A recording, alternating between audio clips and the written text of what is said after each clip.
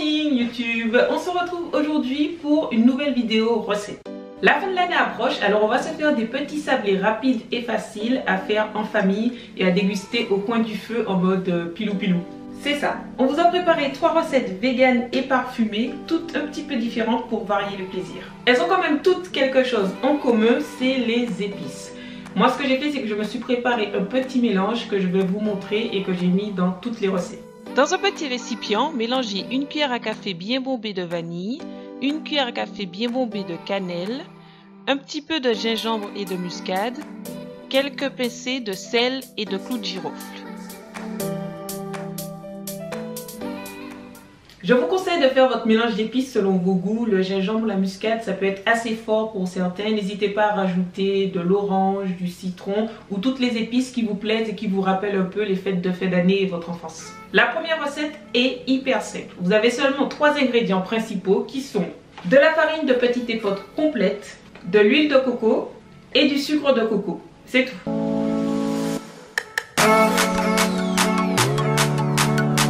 Dans un bol suffisamment grand, mélangez 90 g de farine de petite épeautre intégrale, une cuillère à café de levure, une cuillère à café de votre mélange d'épices. Ajoutez ensuite 20 g d'huile de coco liquide mais pas chaude avant de sabler un petit peu votre mélange. Réservez pendant que vous faites un sirop en mélangeant 35 g de sucre de coco et 10 g d'eau. Après avoir fouetté à la fourchette l'eau et le sucre pendant quelques secondes, ajoutez-les au mélange farine et huile de coco.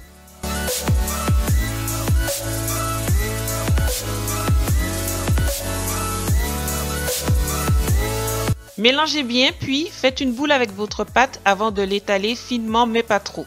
Gardez en tête que vos biscuits ne gonfleront que très légèrement à la cuisson.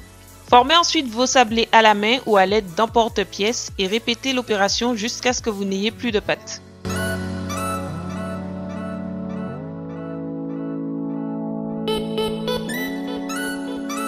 Une fois tous vos sablés formés, enfournez à 180 pendant environ 8 minutes et laissez refroidir avant de déguster. Ça sent très très bon. Déjà trop mimi.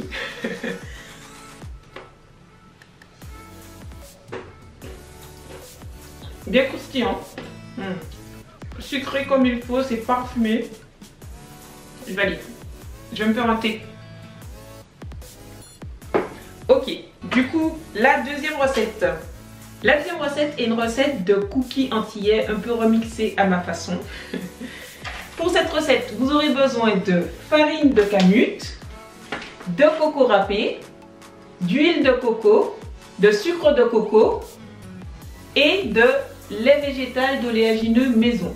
Je vous mets le lien en barre d'infos pour faire son lait d'oléagineux maison. Le mien c'est comme d'habitude, moitié cajou, moitié amande. Et n'oubliez pas que vous avez aussi la liste complète des ingrédients des recettes en barre d'infos.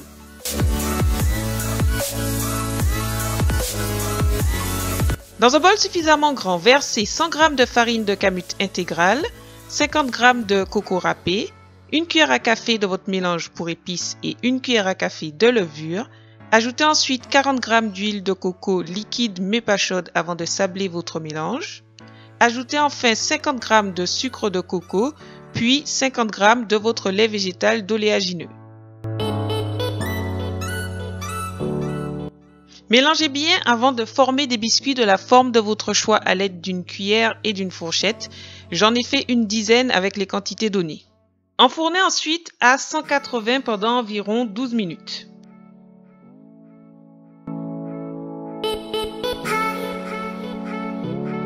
Laissez refroidir avant de déguster.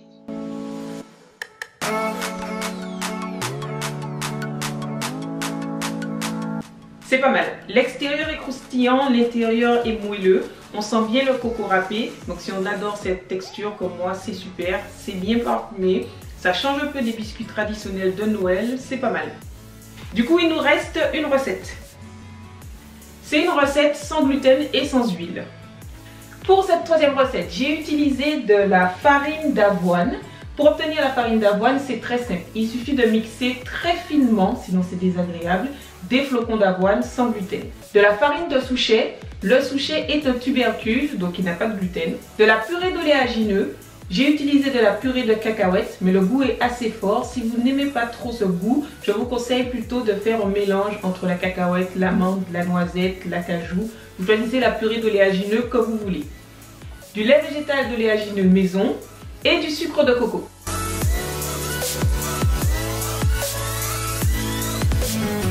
Versez 100 g de votre farine d'avoine maison, 40 g de farine de souchet, 1 cuillère à café de votre mélange pour épices et 1 cuillère à café de levure avant de mélanger. Ajoutez 45 g de votre purée d'oléagineux avant de sabler votre mélange. Réservez puis faites un sirop avec 45 g de sucre de coco et 30 g de lait. Fouettez simplement pendant une dizaine de secondes avant d'ajouter le sirop ainsi formé à votre mélange farine purée d'oléagineux. Mélangez bien puis formez une boule avec votre pâte avant de l'étaler finement mais pas trop.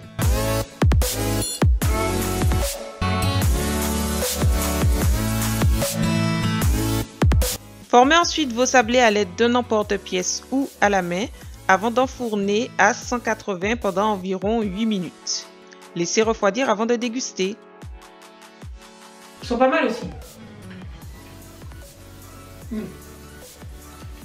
Pas mal du tout. Les premiers étaient plus croustillants, très croquants, alors que ceux-là sont croustillants, moelleux. Et tu crois que tu préfères lesquels? Je pense que mes préférés, c'est les premiers. Hyper croustillant. J'adore le croquant. Très parfumé. Tout parfait quoi. Moi aussi, mes préférés, c'est les premiers. Je sais pas pourquoi on a les mêmes goûts comme ça. Je vais arrêter cette vidéo maintenant. J'espère que ces petites recettes vous ont plu. Si vous les faites, n'hésitez pas à me le dire en commentaire ou à me taguer sur Instagram, Melobs avec un 0. J'ai hâte de voir vos préparations. Et dites-moi si vous en testez plusieurs, laquelle est votre préférée pour voir si on a les mêmes goûts. Merci beaucoup d'avoir regardé cette vidéo. Merci beaucoup pour votre soutien tous les jours. Et je vous dis à demain pour une prochaine vidéo. Bye! Avant de partir, n'hésitez pas à regarder notre dernière vidéo qui s'affiche quelque part par ici. On fait des vidéos tous les jours jusqu'au 25 décembre. N'hésitez pas à nous laisser un petit message en commentaire si vous avez une question et à nous suivre sur les réseaux sociaux parce qu'on partage tous les jours plein d'idées recettes.